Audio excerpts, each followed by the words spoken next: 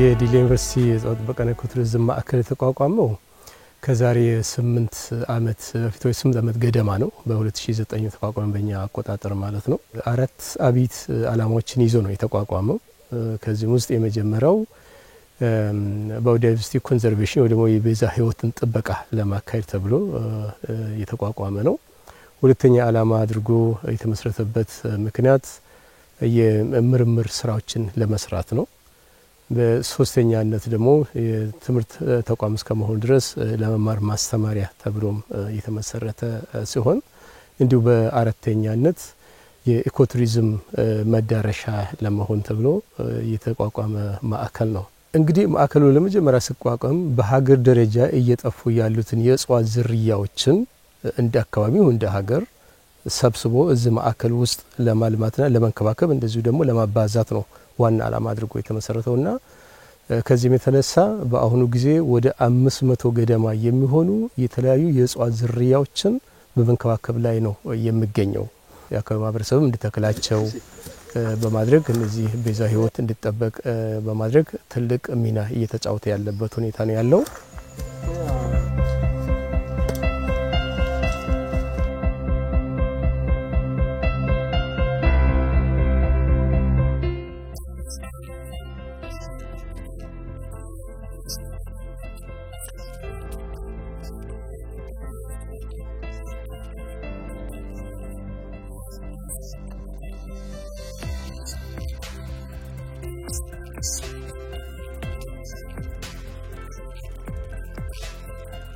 The workers here, there are around 85 workers. So for me to describe about the learning system and everything, I can say it's actually perfect. The only issue, maybe it can be a language barrier for someone who's coming from any other place, for example me. But with time, everything goes well since the media for the education or for passing the message is English. So it's unforgettable than what you read. ቦታኒካል ጋርደን እኔ ብዙ ኮርሶችን እዚህ ተመረይበታለሁ። እየጠፉ ያሉ አሁን በዚህ ሰዓት በብዛት በክላይሜት ቼንጅ ሊሆን ይችላል፣ ላንድ ግራዴሽን ሊሆን ይችላል፣ ናቹራል ሪሶርስ በጣም እየተጠቃ ነው። ስለዚህ እዚህ ጋር ከሌላ ቦታ አንጥጠን እዚህ ጋር ኮንዘርቭ እናደርጋቸው ስፒሺሶች ወደፊት ወደ ፊልድም አውጥተን ማብዛት እንችላለን። ስለዚህ ለቀጣይነት ወይ ለሰስተነብል ዴቨሎፕመንት በጣም አሪፍ ነው ብዬ ነው ማስበው። ከቦታኒካል ጋርደን በጣም ብዙ ትምህርት ነው ያገኘሁት። እዛ ቲዮሪ ላይ አዲስ የሚሆኑብኝ ቃላቶችም አሉ። እዚህ ጋር መተን በአይን በተግባር ስናይ ደግሞ ያን ነገር በቀላሉ መረዳት እንችላለን። እኔም ተረድቻለሁ እንደዛ በማየት። ስለዚህ እንደዚህ አይነት ፕራክቲካል ነክ ትምህርት ሲሆን ወይ ቦታኒካል ጋርደን ሌላም ሲሆን በጣም ከቲዮሪው ይሄኛው የተሻለ ነው ብዬ ነው ማምነው።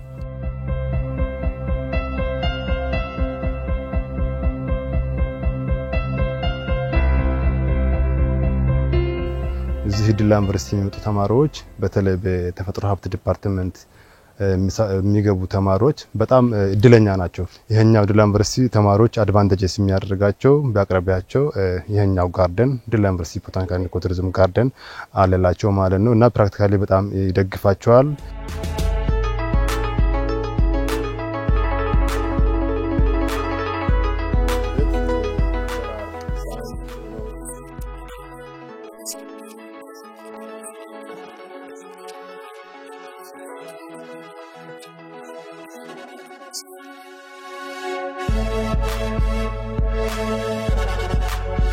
የዲላ ዩኒቨርሲቲ የእጽዋት ጥበቃና ኢኮቱሪዝም ማዕከል ከተቋቋመባቸው 4 ዋና ተግባሮች ውስጥ ምርምር በሁለተኛ ደረጃ የሚገኝ ነው ከኮንዘርቬሽን ቀጥሎ።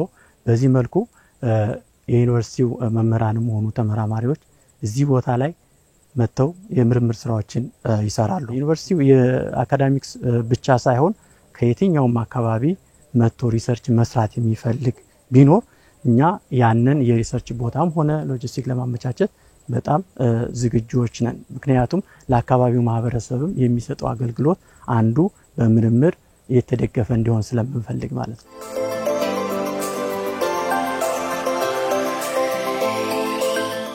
ከተማው እዛ ውስጥ ሰርግ ያካሂዳል፣ የልጆቹ ልደት ያከብራል፣ ቤተሰብ ይዞ ቅዳሜ እሁድ ለመዝናኛ ይወጣል። ይሄ አገልግሎት ነው ለማህበረሰብ።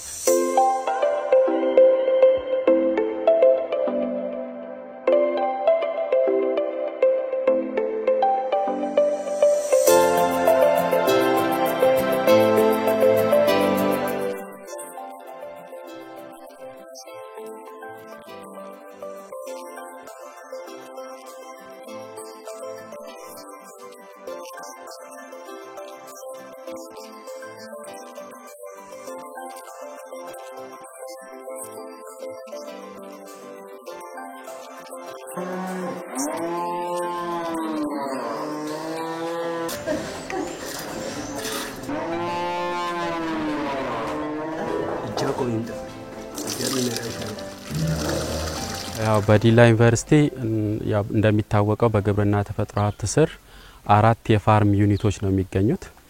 መጀመሪያ ሲቋቋሙ ዋናው አላማቸው መማር ማስተማር በተለይ ተግባር ተኮር ለማድረግ የሚያስችሉ የስራዎችን ለመስራትና ከምርምር ጋር የተያዙ ስራዎችን ለመስራት ነበር የተቋቋሙት።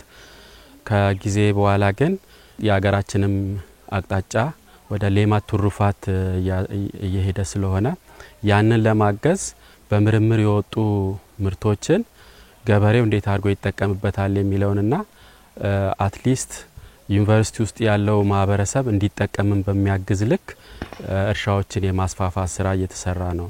ይሄውን የቆምንበት የቬጂቴብል ፋርም ገና አመቱ ነው። የመጀመሪያ ምርቱን እየሰጠን ያለው ይሄም የሌማት ትሩፋቱን ለማገዝና በአነስተኛ ዋጋ ለማህበረሰቡም ለማቅረብ እንዲረዳ ተብሎ የተቋቋመ ፋርም ነው። ይሄ ብቻ አይደለም፣ በሌሎች ፋርሞችም ልክ እንደዚሁ ወተት እናመርታለን። ወተት ለማህበረሰቡ በአነስተኛ ዋጋ እንዲቀርብ ይደረጋል።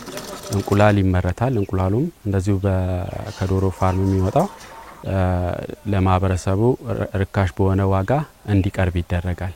የተለያዩ ፕሮጀክቶች ፕላን ተደርጓል። በተለይ የእርባታውን ሂደት በደንብ የማስፋፋት የማዘመን እንዲሁም ግሪን ሃውስ አዳዲስ ቴክኖሎጂዎችን የማምጣት በግሪን ሃውስ የአትክልትና ፍራፍሬው ላይ ማለት ነው። እንዲሁም በምርትና ምርታማነትን ለመጨመር ደግሞ ከአጎራባች አካባቢዎች ላይ የመሬት አቅርቦት የሚገኝ ከሆነ በርካታ ምርቶችን በማምረት ከዩኒቨርሲቲው አልፎ ለሰፊው ማህበረሰብ በዩኒቨርሲቲ ዙሪያ ላለው ማህበረሰብ ለማከፋፈል እቅድ ተይዞ ነው እየተንቀሳቀሰ ያለው።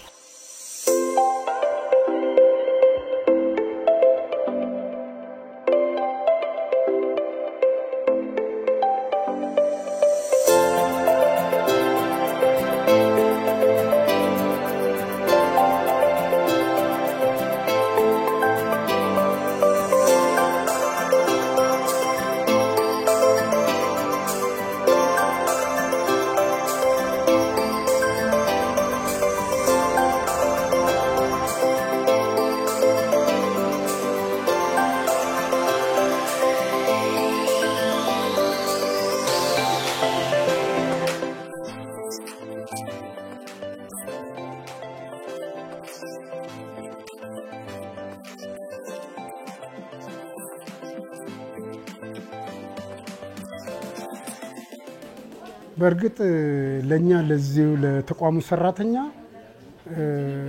ያለው ጥቅሜታ ከውጪ ገበያ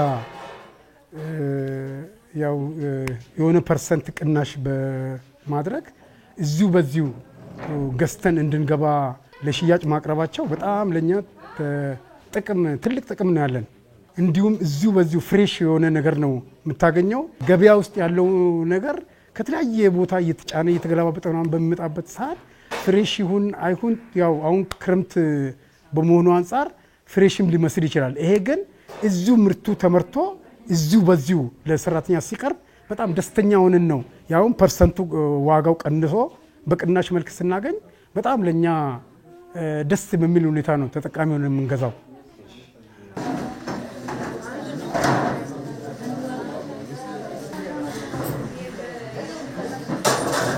እየሰጠን ያለው ጥቅም ከዚህ ቀደም ግብርናውን በራሱ እንትን በሚል ሰዓት በተለያየ ጊዜ ካሮትም ቀይ ስርም የጓሮ አትክልቶችም እንደ እንቁላል አይነት ዶሮ ለአገልግሎት ይሰጣን ነበር። ኢንተርፕራይዙ ደግሞ አሁን ከተረከበ በኋላ በአግባቡ ለአራቱም ካምፓስ የሚያገኙዋቸውን እንቁላልም ሆነ እነዚህ የሌማት ትሩፋት የሚባሉትን አትክልት በአግባቡ ያገኘን ነው። ከገበያ ላይ ካለው ዋጋ በቀናሽ ማለት ነው።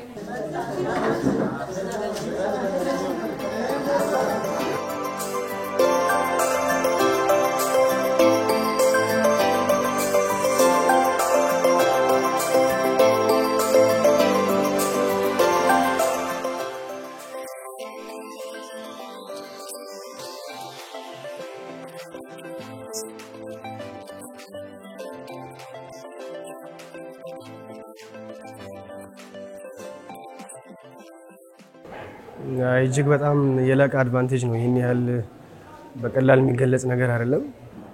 ከኮስትም አንፃር ከጥራትም አንፃር ያው ውጭ ላይ ያለው ገበያና እዚህ ላይ ያለው ገበያ ይለያያል።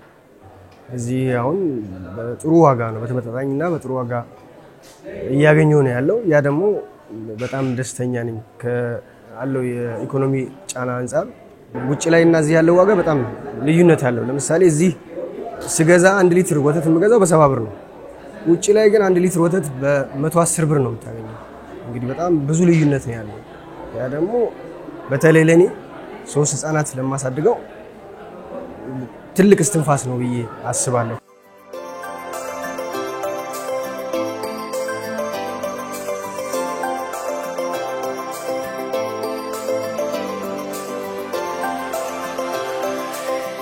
ለዩኒቨርሲቲው ማህበረሰብ በዝቅተኛ ዋጋ የካፌ አገልግሎት ይሰጣል። ከዛም አልፎ ደግሞ አሁን ከፋርም የሚመጡ ምርቶችን ተረክቦ ለዩኒቨርሲቲው ማህበረሰብ በቅናሽ ዋጋ ያስረክባል። ይሄም ሲሆን ምንድነው ለኢንተርፕራይዙ ትርፍ አለው። ከፋርም የሚረከበው በዝቅተኛ ዋጋ ነው። በዝቅተኛ ዋጋ ተረክቦ ደግሞ ለዩኒቨርሲቲው ማህበረሰብም በዛው በዝቅተኛ ዋጋ ያከፋፍላል።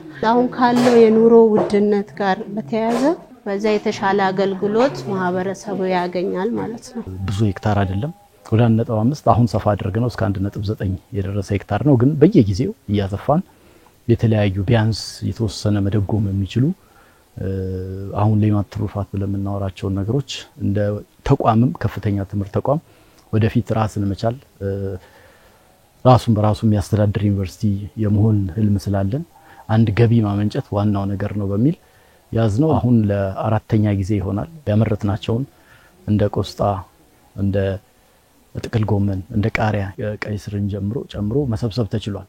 ከብቶችንም እንዳያችሁት ነው በተወሰነ ደረጃ የወተት ምርትም እናቀርባለን። ዋናው ተልእኳችን ግን እንደ ከፍተኛ ትምህርት ተቋም መማር ማስተማር መሆኑ ይታወቃል። የዛን ያህል ደግሞ ራስ ገዝነት ተቋማት ወደፊት በአዲሱ አሁን እየተገበረ በሚገኘው የትምህርት ሚኒስቴር ሪፎርም አማካኝነት ራሳቸውን የቻሉ ገቢ የሚያመነጩ መሆን እንዳለባቸው ይታወቃል። ለዛ የሚያግዙ ስራዎችን ጎን ለጎን መስራት ነው።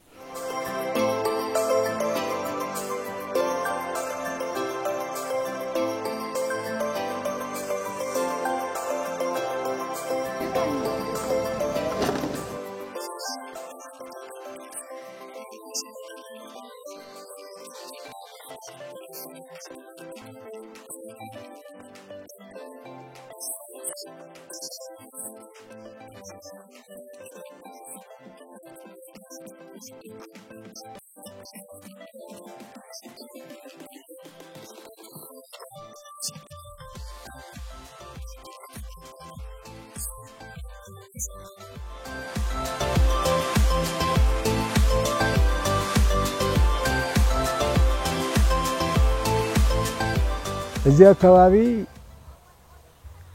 ከቡና ምርታማነትና ጥራት ጋር የተያዙ ችግሮች ነበሩ። አንዱ የቡና እርጅና ነው። ምናልባት 30% በአሁን ሰዓት ራሱ ያረጀ ቡና ነው ያለው። 60 ዓመት 70 ዓመት ያስቆጠረ ቡና ነው ያለው። ዝርያው የማይታወቅ ምርታማነቱ አነስተኛ የሆነ በሽታ የማይቋቋም የቡና አይነት ነው የነበረው። ስለዚህ ይሄንን ቡና ማደስ ያስፈልጋል። ሁለት አይነት እድሳት ነው ያለው። አንዱ መጎንደል ነው፣ ሌላው ነቅሎ መትከል ነው። ስለዚህ በሁለቱም ነው ዞኑ እየሄደበት ያለው። በምርታማነት እስከ 18 ኩንታል በሄክታር የሚሰጥ የአካባቢው አቨሬጅ 9 ኩንታል በሄክታር ነው። አሁን እኛ የምናዘጋጀው ከምርምር የወጡ ዝርያዎች ናቸው። 18 ኩንታል 19 ኩንታል በሄክታር የሚሰጡ ናቸው። ስለዚህ በምርታማነት እጥፍ ነው። ያ ብቻ አይደለም፣ በሽታን የሚቋቋሙ ናቸው። የተለያዩ ችግሮች ስላሉ እነዛ ችግሮችን የሚቋቋም ለአካባቢው ያስፈልጋል። 1,750,000 በላይ ነው ያሰራጨ ነው ባለፉት 7 ዓመታት የዘንድሮን ጨምሮ።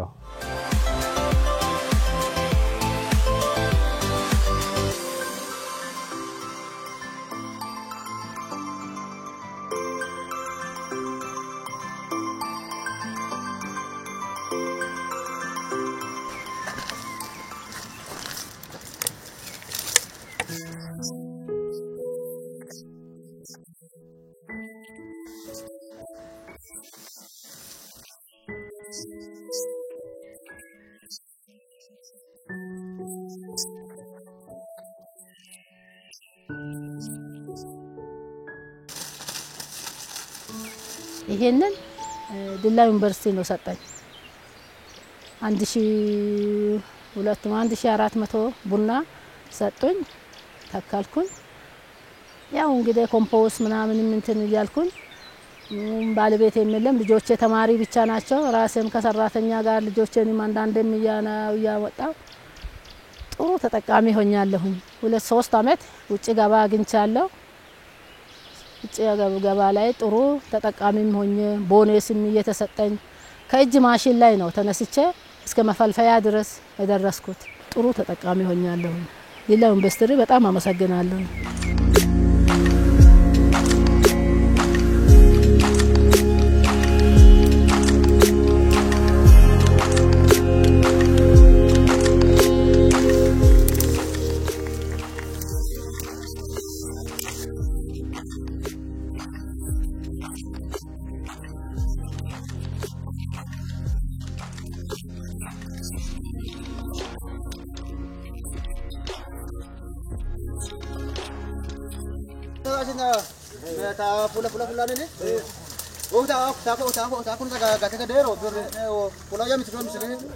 የግብርና ባለሙያዎች መጥተው እንዲህ አይነት የተሻሻለ ዝርያ አለ፣ እነዚህ ያረጁ ቡናዎችን አስወግድና እነዚህ አዳዲስ ዲላ ዩኒቨርሲቲ እየሰጠ ያለውን ቡና ውሰድ ተባልኩኝ። ጉርጓድ አዘገጃጀቱን ስልጠና ወሰርኩኝ። ልክ በወሰርኩት ልክ 60 በ60 ጉርጓድ አዘጋጀን። በሜትር ከ50 በ2 ሜትር ርቀት እነሱም ከኛ ጎን ነው ክትትል ያደረጉልን። ስልጠና በወሰርኩት መጠን ልክ በቂ ኮምፖስት አዘጋጀሁኝ እና በመጀመሪያ አመት 2600 እግር ከወሰርኩኝ በኋላ በጣም ጥሩ ሆኖ ተገኘ። ልክ በ7 ወሩ አካባቢ ነው አበባ እንኳን መስጠት የጀመረው ቡና። መጀመሪያ አመት ላይ ብዙዎቹን እንደኔ ትምህርት ሰጥተውት ውሰዱና ተጠቀሙ ሲባሉ ይሄንን ቡና መንቀል የለብንም፣ ይሄን ነቅለን እንደገና ቡና በ3 አመት ነው የሚደርሰው፣ እንዴት አርገን ነው ልንተካው ነው፣ በምን ልንተዳደርበት ነው እንደዛ ስሉት እኔ እንኳን አልሰማሁትም፣ ምንም አላንገራገርኩም። ወዳውኑ የሚበቃኝን አክል ነቀልኩት። በመጀመሪያ ለማየት ከነቀልኩኝ በኋላ በወሰርኩት እንዳለ በነቀልኩት የሚለው ነገር ነው መጣብኝ እና ቡና በጣም የተሻሻለ ነው፣ በጣም ጥሩ ነው።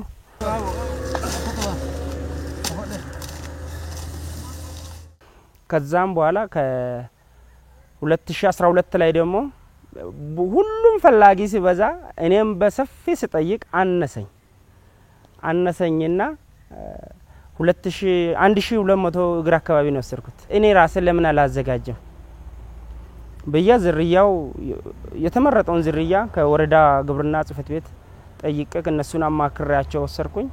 ከወሰርኩኝ በኋላ አልፎም ደግሞ ለአርሶ አደርም ልክ እንደኔ ሆኖ እንዲጠቀሙ የሰውን እጅ ብቻ ከሚጠብቁ ከዚህ ለምን አትወስዱ እያልኩኝ በገንዘብ ለሌላቸው እንኳን በነፃ የሰጧቸው ብዙዎች ሰዎች አሉ። እስካሁን ድረስ ያመሰግኑኛል።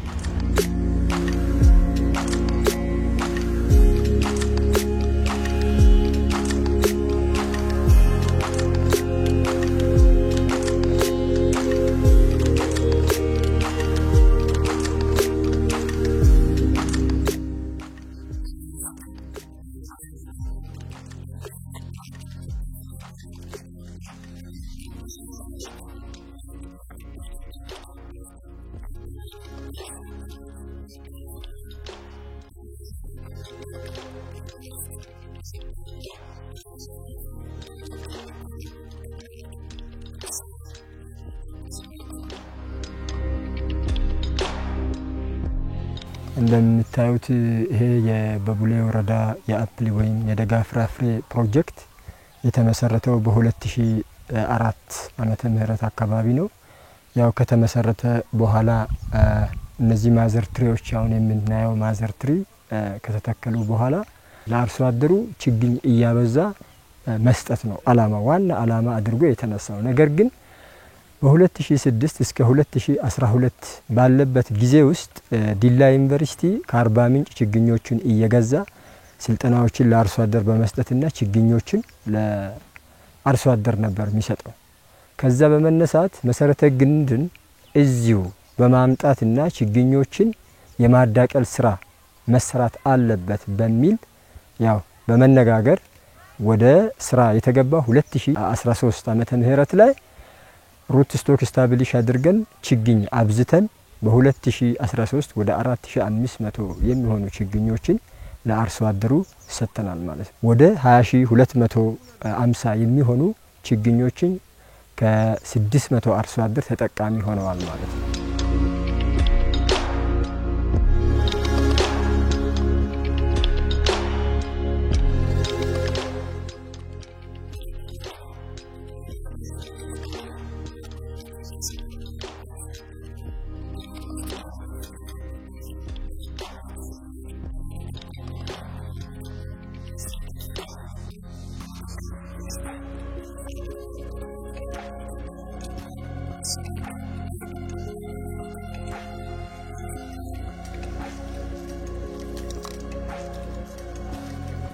መጀመሪያ ላይ እንደ አርሶ አደር የኔን ጓሮ ሲሰራ አይተው በራሳቸው ፍቃድ ነው መጥተው እኔን ይሄን ተጠቃሚ ቢቶን ስልጠና እንሰጣለን ተጠቃሚ ሁን ብሎኝ አነሳሱኝ ዩኒቨርሲቲው ማለት ነው። ከዛ በኋላ እኔም በተሰጠኝ ጥሪ መሰረት በተደረገልኝ ጥሪ መሰረት ወደ እነሱ ሄጄ ስልጠናውን ካገኘው በኋላ ለመጀመሪያ ጊዜ ወደ 16 ችግኝ ሰጥተውኛል እና ከዛ ጀምሮ ነው እንግዲህ እኔም ጠንከር ያልኩኝ ይሄን የሰጡኝን ችግኝ ከተንከባከብኩ በኋላ ጥቅሙን ካየው በኋላ ቀጥታ ወደ ስራ ገባው ማለት ነው። በከፊልም ቢሆን ከቤት ፍጆታ ባለፈ አሁን ልጆቼ በጣም ይጠቀማሉ። ቤት ውስጥ በጣም ይወዳሉ። ከአፕል ጋር ቁርኝት አላቸው፣ ይወዳሉ። ለነሱ በጣም ጠቅሟል ብዬ አስባለሁ። ከዛ ባሻገር ደግሞ ገበያ አሁን እንደ ቡሌ 1 ኪሎ እስከ 150 ብር የተሸጠበት ሁኔታ ነው ያለው እንደዚህ ማለት ነው። እና አሁን አንድ ዛፍ በእንክብካቤ ከተያዘ ለምሳሌ አንድ ዛፍ ይሄ ዛፍ እስከ 120 እስከ 150 የመያዝ አቅም ሊኖረው ይችላል። ያንን ስታባዛው ወደ ገንዘብ ብትቀይረው እንግዲህ ማግኘት ይቻላል እንግዲህ እና ከዚያ አኳያ ያገኘሁት ጥቅም ብዙ አለ እና በዚያ አኳያ ዩኒቨርሲቲ ትልቅ ስራ ሰርቷል።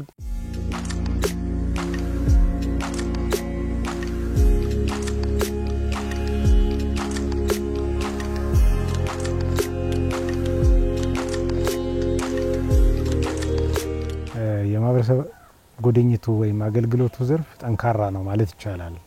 የተቋማችን በተቻለ መጠን ልዩ ትኩረት ይሰጣል አመራሩ። ምክንያቱም ያለንበትም ቀጠና በጣም የህዝብ ጥግግት ያለበት ብዙ ፈተና ያለበት ነው። በተለይ ከመሬት አቅርቦት ጋር በተያያዘ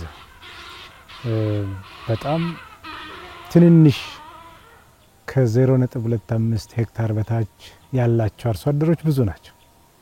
በዛው ልክ ደግሞ የሰው ኃይል የፖፑሌሽን ዴንሲቲው እየጨመረ ስለመጣ ለኑሮ ፈተና የሆኑ በርካታ ነገሮች አሉ።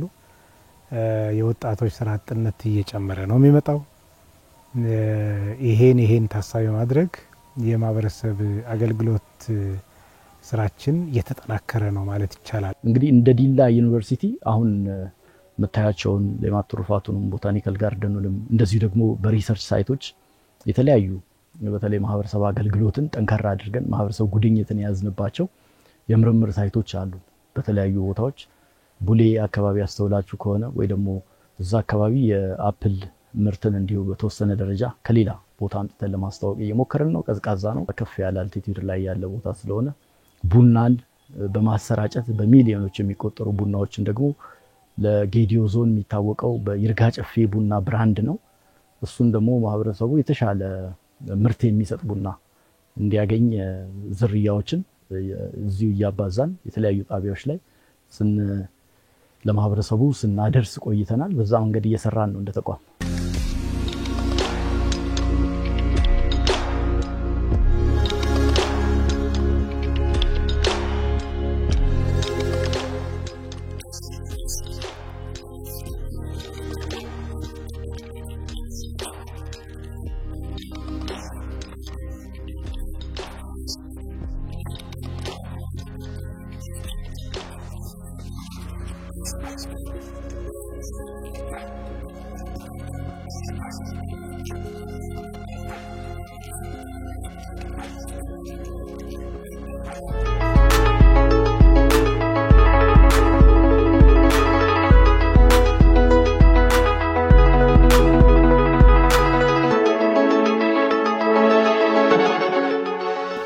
ከማህበረሰብ አገልግሎትነት ወደ ማህበረሰብ አጋርነት እየተሸጋገርን ነው።